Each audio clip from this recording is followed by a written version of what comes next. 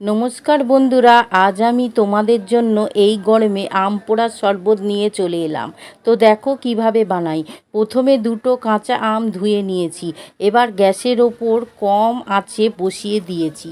এইভাবে ঘুরিয়ে ঘুরিয়ে সবটা পুড়িয়ে নেব দুটো আম। এবার আমের পোড়া খোলাটা ছাড়িয়ে নিয়ে ভালো করে চটকে চটকে শাঁসটা বার করে নেব।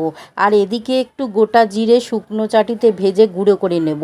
এবার মিক্সির বাটিতে একে একে দিয়ে দেব 3 চামচ চিনি, স্বাদ মতন বিট লবণ, একটা কাঁচা লঙ্কা, পোড়া আমের শাঁসটা, বেশ খানিকটা পুদিনা পাতা আর ভাজা জিরের গুঁড়োটা আর একটু জল একসাথে সব পেস্ট বানিয়ে নেব।